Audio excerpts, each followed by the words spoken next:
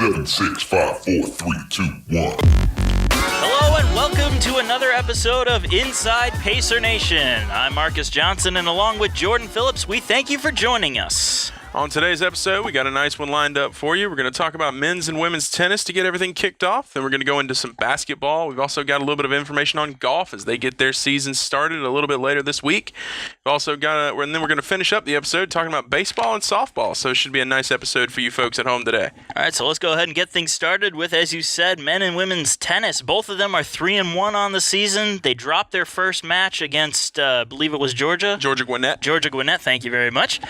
They dropped their first match. However, they managed to pick up 3 wins in a row, so they're 3-1 on the year. Men's tennis ranked number 40 in the nation, and women's tennis ranked number 30 in the nation. And not only are they on those 3-game win streaks, but the one loss they have on the season was away, so could have played a factor in the match.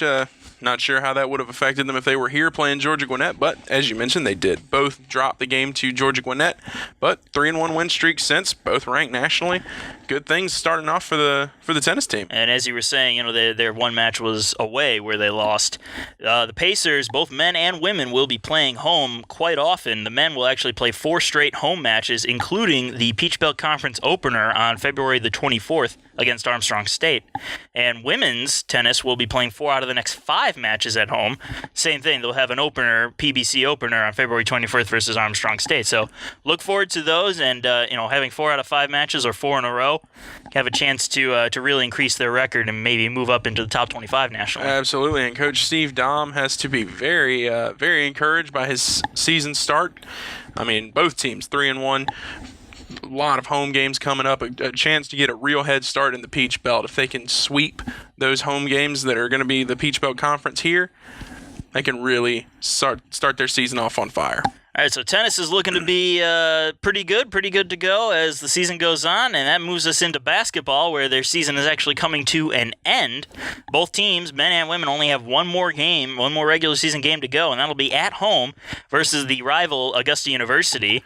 Women pulled off a win against Augusta in their last matchup. Men had a heartbreaking loss. They made a comeback. They just couldn't quite finish it off in their last matchup, so they're going to make it. It's going to be tough for them, but they have a chance here to do some damage here as we look at the women.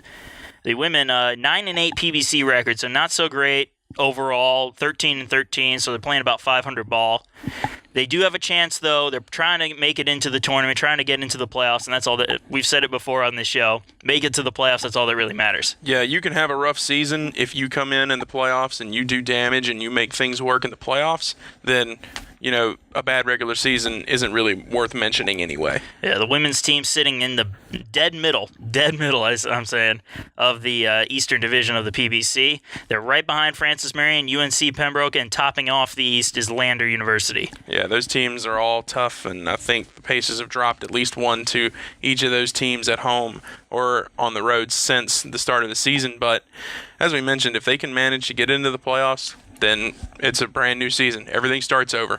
And this Pacers team has enough heart and enough talent. They have played so hard and so well all year.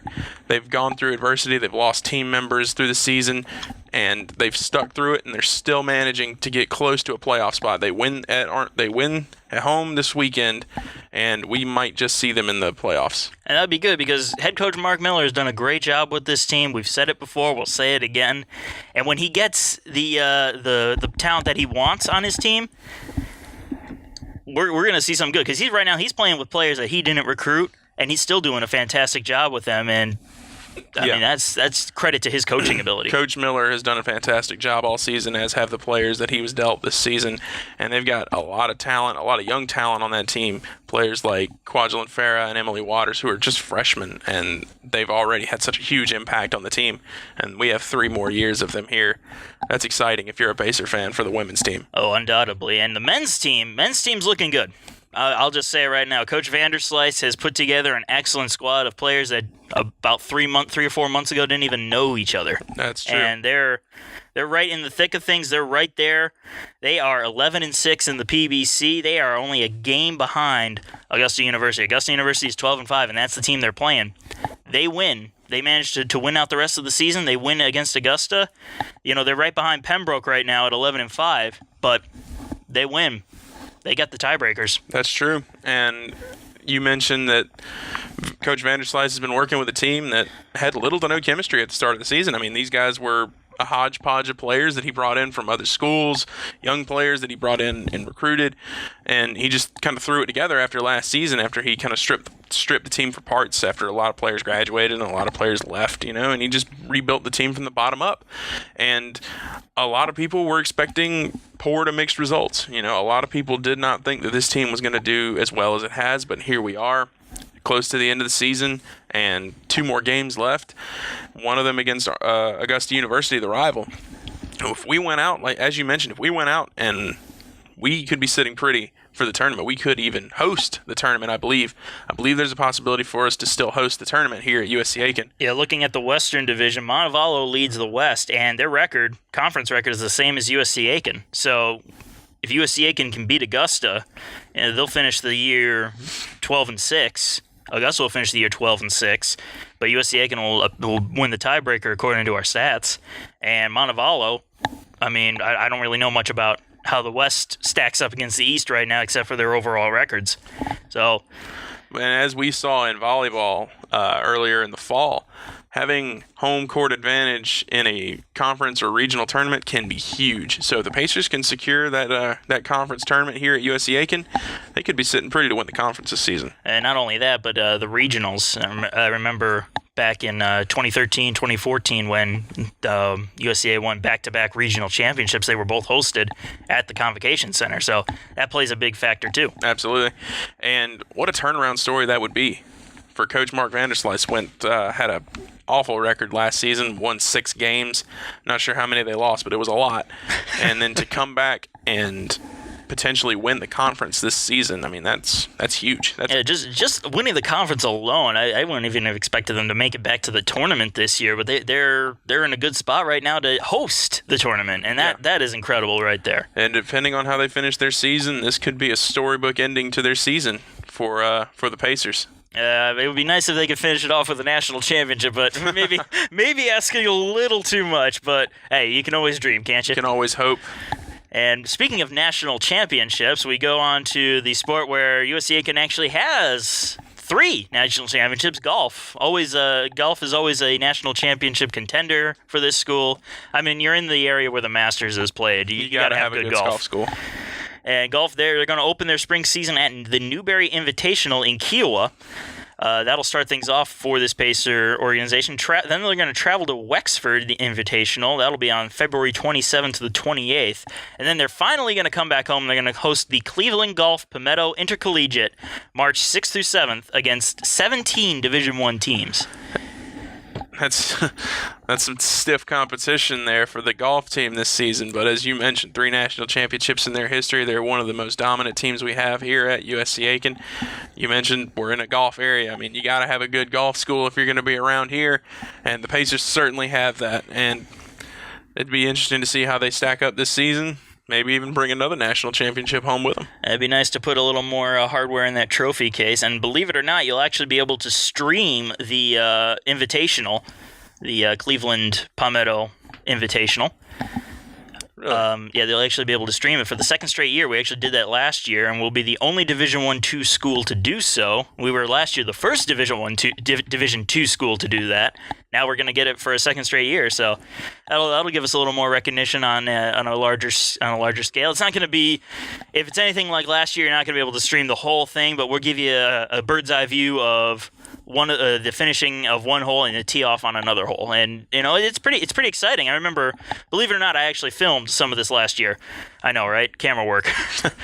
But what was really neat is one guy was sitting. He was in the rough, and he was in a bad spot. He was about, if he didn't make it on that shot, he'd be bogeying or double bogeying. Hit it from the rough, bounced it in, got it right into the hole, got a par. I was just like, okay, I can applaud that. I'm not a major golf guru, but I can applaud an excellent shot like that. Shooting from the rough, probably a good 50 yards out from the hole, and you sink it to make par. Yeah, I'm the same way. I'm no I'm no wizard or I'm not really knowledgeable when it comes to golf. I know your basic terms and all that stuff. I'm good with other sports more so than I am with golf, but I know that the Pacers have a good golf team, and I know that it could be an exciting thing to watch. So definitely tune into that stream of the Cleveland Golf Palmetto Intercollegiate match on March 6th and March 7th. We'll be streaming that one. Be sure to check it out. As Marcus mentioned, the only Division II school to do that last year. We're doing it again this year. Innovation is a plenty here at USC Aiken. And now let's move on over to softball. Softball season just getting underway. 2-0 doubleheaders at Belmont Abbey and Newberry this weekend, so that'll be interesting. Softball always does doubleheaders though, so these girls gotta play for a good 5-6 hours with very little break in between. Well, these women, are definitely used to playing that level of competition. They've been doing it at least through high school, and now they're going to be doing it again here.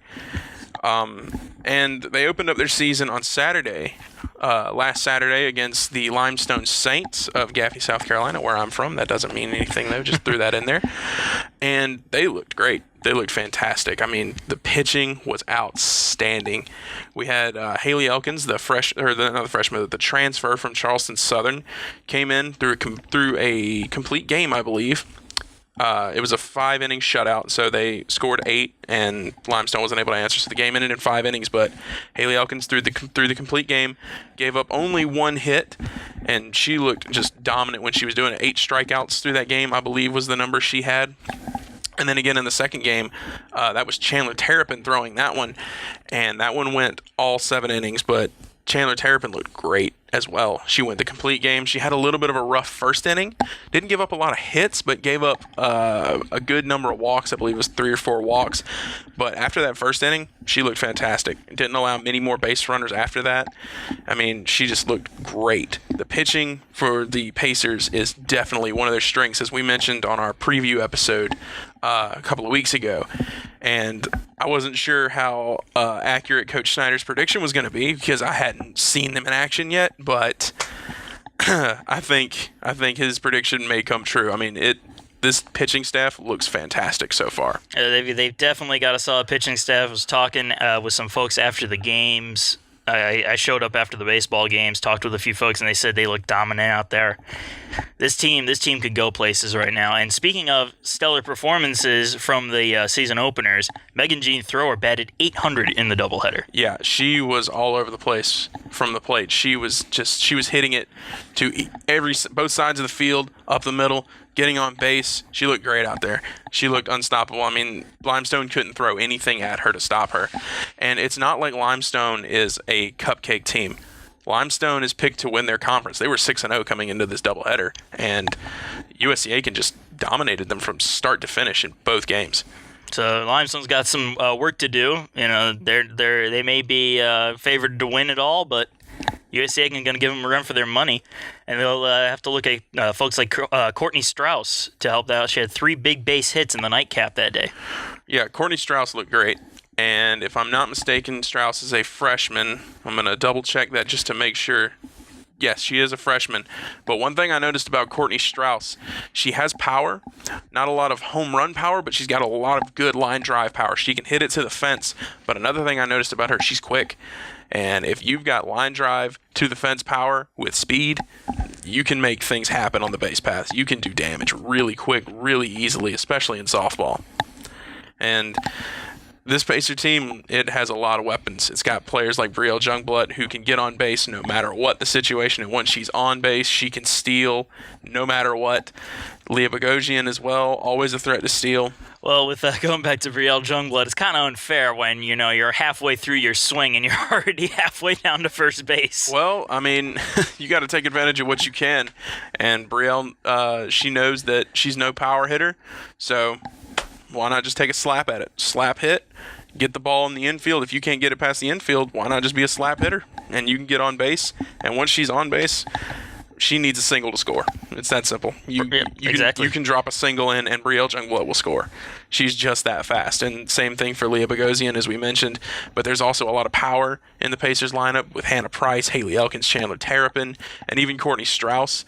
I'm not sure, as I mentioned, she didn't seem to have a lot of home run power, but she had some really nice hit balls, and she hit one of those line drive doubles to the fence. There's a lot of talent in this Pacer lineup, and I think this team can do a lot of damage this season. So softball looking good early on, 2-0 to start things up. Again, they have doubleheaders at Belmont Abbey and Newberry this weekend. Look to try to at least go 6-0 on the year, or just try to stay at a good winning percentage. Just stay above 500. And now we move on to baseball. Baseball, big things have been expected of them in the preseason. They came in the top 10 in 2 different polls. They're 7-0.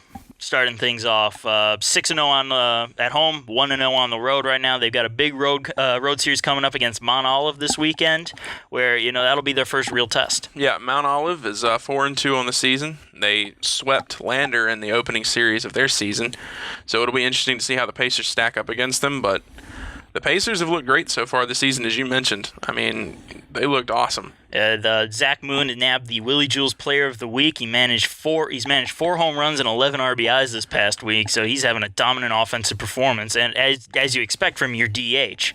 Yeah. Charlie Padilla, who he's been given the nod for starting catcher for most of the games. A 5 RBI game this series finale against Shepherd, which that was just a Pacer slugfest. The Pacers were hitting it all over the board on that one. Yeah, that Sunday game was just the Pacers bats were on display in full. I mean, you even had guys who aren't normal everyday starters coming in. Niall Goings started. He went 3 for 4 with 2 walks. I mean, he looked great out there. They were showing off against Shepherd on Sunday. And the starting pitching has been dominant this year. That was one of the big questions. How would Pacer pitching do? And the starters have looked solid. Absolutely. There has been one or two games early on here that it looked a little shaky. Jimmy Lynch, his first start of the year, didn't start out too hot. In his first inning, he gave up a few runs, got him in a hole early. But he settled himself down, finished off another 3 or 4 innings without too much trouble. And the Pacer bats managed to make the comeback and win it in a walk-off fashion in a 5-hour game, but so win nonetheless. Yeah, the broadcast booth was a little grouchy during that one. Little grouchy. We were punchy as heck out there. but it's still, they're going 7-0 to start things off. The only thing that I could really see that they need work on would be their bullpen.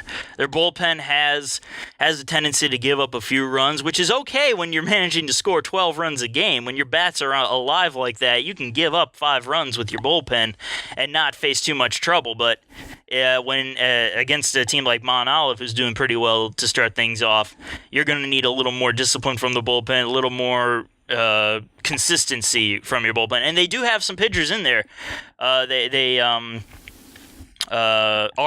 when Ard came in, William Ard, he's been hot and cold. His first appearance, he was lights out. Mm-hmm. Second appearance, not so great. Third appearance, back to lights out. Yeah, looked great again.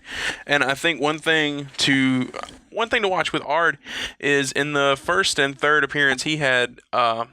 They weren't, as I recall, the first one definitely wasn't, but I'm not sure if the third appearance, I don't think there was really real pressure on him.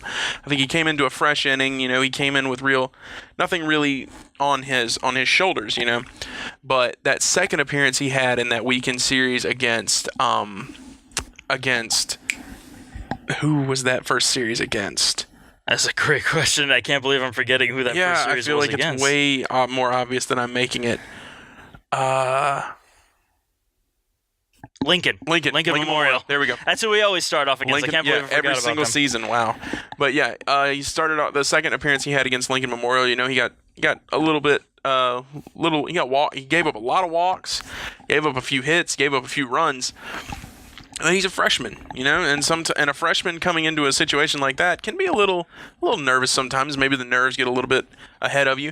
He'll obviously work through that as the season goes along and as he grows older and matures. I don't believe he's any older than 18. So, I mean, You just give him some time. He's shown that he has the talent and the skill to be a really effective weapon out of the bullpen for the Pacers. But just, watch those pressure situations. Watch what you're bringing him into as he matures and gets better as a player. And by the time he's a senior here, he could be one of the most lights-out pitchers in the PBC. He's shown a lot of talent so far. The Pacers always have a good baseball squad under Coach Kenny Thomas. Speaking of another baseball player who looked actually pretty good, Jamie Moreland, who transferred in here from our alma mater of South Aiken. Well, he transferred. Well, he transferred from USC Sumter, came from South Aiken. Yeah, from South Aiken. But I only saw him out there once so far. But when he went out there, he put up a good outing. Yeah, I believe he's only had one appearance on the season, but he definitely showed. That was against. Was that the first game against Shepherd this weekend? That was Shepherd. He showed it. He came in. He looked great. He looked awesome. He came in. I think he gave up a couple of walks, maybe a hit or two, but nothing crazy. And he gave up one run. That's what he gave up, one run. But at the time, the Pacers were up by 8 or something. So it was a pretty secure game. And it was a pretty simple pitch that he gave up. It just happened. But he looked great in his debut, and I think Coach Kenny Thomas can look at that and definitely work him into the rotation of the guys coming out of the bullpen a lot more this season, as he showed a lot of talent, and we'll see how he does against the more tough competition as the season goes on. But Moreland looked great. Yeah, and the Pacers have, even if one pitcher goes down or starts to really struggle, they've got over 20 pitchers on their roster to fill in that spot. So they're in a good spot. Oh, yeah. They've got a lot of talent. They've got a lot of guys coming out of the bullpen who have talent. Just a couple of little kinks to work out. You got guys like Hunter Hubbard. Man, I swear he throws the ball 100 miles an hour. Yeah, he can hurl it. But he's got a little bit of control issues, and that's to be expected with guys who have a high velocity pitch. You don't really see guys in the majors even with high velocity pitches that don't have a little bit of control issue. But Hubbard made his season debut against Shepherd the other day, and he looked great. Gave up 2 walks, which that comes with the control issues we mentioned, but other than that, it was a fairly easy inning for him. Yeah, he got out of it without too much trouble. Again, those 2 walks were erased real quickly, and Pacer defense coming through big. That's been an issue in the past for the Pacers, is that defense, especially in the infield. But they're settling in. They still are making a few errors, but that's just going to come with the early season jitters. And they've been putting a lot of freshmen out there when they have these big games. Yep. And the freshmen are obviously going to have jitters of their own. Yeah. And they'll work through that as time goes by. As the season goes by, things will start to even out. I think they'll start to get better at that. They'll be more in the mindset of the game instead of the mindset of fear. Absolutely, but even the defense has seen improvement. Oh, yeah, definitely. We were talking the other day during the broadcast about Jonathan Banks. He moved from third, where he had 20 errors last season, I believe. 35 errors. Excuse me, 35 errors last season. And we were looking at it, and through the same number of games last season that he had played up to that point, he had given up 4 errors last year. They moved him to first at the start of this season. A lot of people were questioning that because, they had Brian Pereira, who's such a standout player at first. A lot of people were questioning it, but they moved John Banks over to first. He hasn't had an error yet. Knock on wood for that, but yeah. Well, I mean, he's done a lot better, yes. Of course he's going to have an error throughout the season. I mean, it comes with the territory, but I mean, he's looked fantastic out there. Excellent. He's filled in the spot of first base rather well, especially when Brian Pereira needs a day off. Mm-hmm. They bring in John Banks, or when the Pacers have a big lead and they don't want to risk hurting Pereira or any of the other big guys. You throw John Banks on first base, and you got a good, solid first baseman there. And Banks has a good bat, and that's something that you got to find a way to work into a lineup like the Pacers have. I mean, it's such a big lineup, such a talented lineup offensively for the Pacers. I mean, they got guys who can get hits no matter where they are. You got guys like Westerberg, Goings, Mercado, Moon, Pereira, Banks. And that's just to name a few. I mean, it just gets deeper and deeper as you look at it. You got guys like even freshman Alex Mills. Seems like he gets a hit every time he comes up to the plate. Yeah, Mills can get a hold of a ball when he has to. Yeah, I mean, I think he's 2 for 3 on the season. He looks awesome. He looks fantastic out there. They definitely have a potent lineup. Again, at the beginning of the season, they were favored to win not only the Peach Belt, but also the region. So we'll see what they do as the season goes on. They started out 7-0. They're off to that good start that they need. Again, Mount Olive this weekend. They will play on the road, though, and that's where their struggles have been in the past. They've played one road game. They've won it, but now we'll see how they do on a series. Yeah. So they've got that series coming up. Pacers are looking good and all around. Yes, Possible postseasons coming up for all these different teams. spring sports look fantastic. I mean, they look absolutely fantastic. And not a lot to complain about just yet, but we've got a couple weeks before our next broadcast. By then, we'll probably find something to complain about. Well, let's hope not. Let's hope these the winning ways of the softball team, the tennis team, the basketball team, and the baseball team, let's hope they continue. Let's hope the golf team gets off to a hot start. And by the time we record our next episode, we got nothing but good things to say. Yep, next episode will be in about 2 weeks from now. By then, basketball will be finished up. We'll give you a little bit of insight on the postseason, if the postseason's still going on for either of these teams. We can't tell. We're not psychics. We wish we were, but we're not. So we'll give you a little info on that. We'll give you more updates on baseball. Obviously, there's going to be several games before our next broadcast, and same with softball. Give you a little more insight on tennis and golf, and that'll probably wrap things up for our next episode. This episode, however, we're about ready to wrap it up.